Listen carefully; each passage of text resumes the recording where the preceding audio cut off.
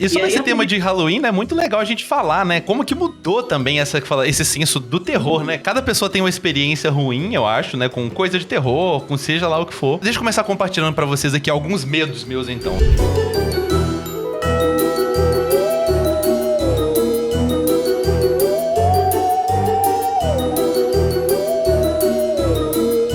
O pessoal que me conheceu pessoalmente, eu sou uma pessoa grande. E muita gente deve pensar assim, pô, tu deve ter medo de nada, né? Etc. Eu tenho algumas fobias mesmo, tá? Eu tenho fobia de altura, por exemplo. A fobia de altura é séria e sou claustrofóbico também. Você só existir deve ser péssimo, né? Porque pois é, não.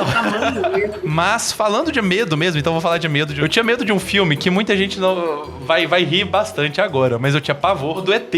Sabe o filme ET, E.T. Go Home? Eu tinha pavor daquele bicho, eu não sei porquê. Eu acho que é porque ele tava no armário e eu tinha muito medo que saísse um bicho daquele do meu armário. Eu falei assim, meu Deus do céu, eu sei que o ET era bonzinho, eu entendi a história. Mas eu morria de pavor do ET, eu não sei explicar. É o ET que me dava muito medo, uma história sem fim. O dragão, eu tinha muito medo daquele dragão. Ele tinha uma cara muito caricata pra mim, tipo assim, desse... E o último que eu tenho medo até hoje. Os outros eu já superei, já consegui assistir os filmes depois. Agora, um que, assim, se quiser me matar, é o Fofão.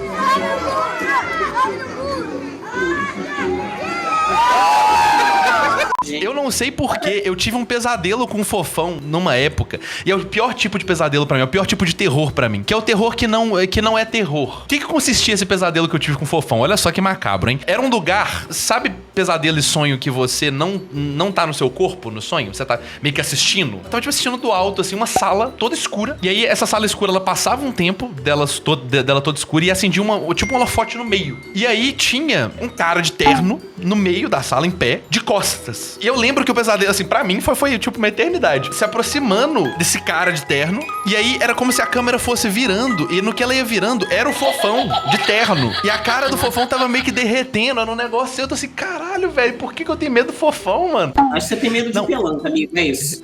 Parando pra pensar, Fofão, cara pelancudazinha. Eu vou ter um ADP.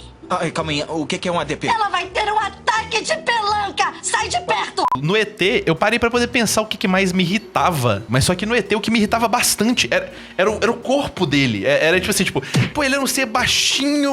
Tipo assim, pô, gente. De pessoas baixinhas. Mas só que é porque o negócio é que a barriga do ET tava quase. O ET é rebaixado, você parar pra poder pensar. Porque, tipo assim, a barriga dele tá quase encostada no chão. E ele tem uns bração, porque o braço dele sai daqui de cima e vai até lá embaixo.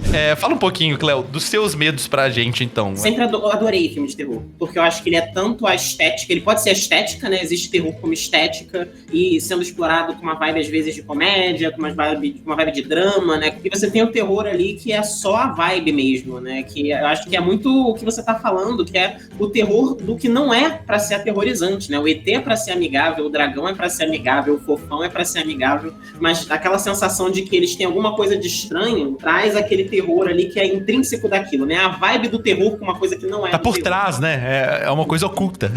Que mal que ele fez pra essas crianças que dormiam, que gostavam de brincar com o Fofãozinho, né? Mas o único filme de terror que me deu medo mesmo, ele foi muito circunstancial, que foi o Chamado 2. Era numa época que a escola fazia passeios, né? Assim, e aí eles levavam a gente no cinema. E aí teve uma vez que eu acho que por alguma falta de planejamento, não sei, levaram a gente pro cinema. E a gente tava de tarde, então a gente chegou lá no cinema, já era 7 da noite. E só tinham 2 opções de filme pra ver. Detalhe, eu tava acho que na 5ª série. Tinham 2 opções de filme pra mostrar pra 5ª série. Chamado 2 e Constantine. Já tava pago, já tinha levado todo mundo, né? Tinha que se comprometer com algumas das 2 opções. E então os representantes da escola escolheram, né, o Chamado 2. E isso gera problemas graves, é claro. E aí o que aconteceu? Na época eu gostava de uma menina da minha turma e ela gostava de um outro menino. Enfim, eu queria impressionar ela. E nessa vibe, não. E aí a galera ficava falando, não sei o que, criança, né, de 5ª série. Ah, não, vai ficar com medo, não vai assistir até o final, não sei o que. E entramos pra ver o Chamado 2. Logo no começo do filme, assim, depois dos 2 primeiros sustos, o menino que ela gostava saiu. E ela continuou. Então eu falei assim, não, agora eu vou ficar aqui até o final do filme. Ave Maria! O que aconteceu foi que no meio do filme, com pouquíssima gente na sala de cinema, tava eu e meu melhor amigo sentado do meu lado, a minha que eu gostava, umas 2 cadeiras de distância, ninguém entre a gente. O projetor quebrou, parou de funcionar. Então, logo numa hora que a Samara ia aparecer, o projetor parou. Apagou, então só ficou o cinema tudo preto. E todo mundo gritando pra caramba e não sei o que. Enfim, eu já pensei, nem ferrou, né? Tipo, caramba, tomei um susto, mas enfim, tudo bem.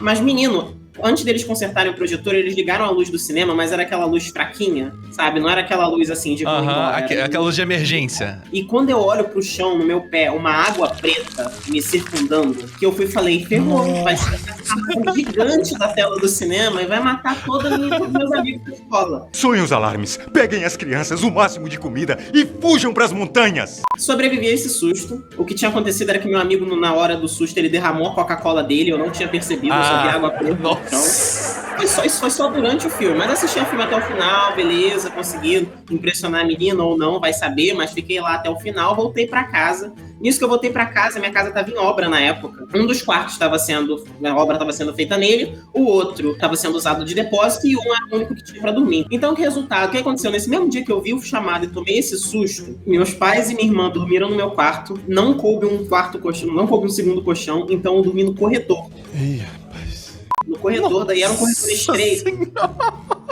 E assim, eu tava deitado no colchão, atrás de mim, uma porta de vidro, mas aquele vidro fosco, que meio que dá pra ver o outro lado, meio que dá pra ver o reflexo da frente, mas não dá pra ver direito nenhuma das duas coisas. E de frente com mim, lá no quarto dos meus pais, eles tinham aquele cabideiro, sabe aquele negócio de madeira cheio de braço? Na porta, meu pai, que não era uma pessoa pequena, né? Ele é relativamente grande. Uma camisa dele branca pendurada, que assim, facilmente poderia ser um vestido. Acho que era uma camisola preta da minha mãe pendurada em cima. Era a Samara, assim, era branco com preto em cima, olhando da direção do corredor. E eu, assim, obviamente, né, eu já tava na 5ª série, eu não queria, né, demonstrar pros meus pais que eu estava sentindo medo. Eu não dormi essa noite. Eu não dormi na noite seguinte. Quando deu o 7º dia, olhando. Mas como aconteceram essas pequenas coisas que começaram a separar essa fronteira entre o que era real e o que era filme, eu comecei a ficar tipo, gente, não, assim...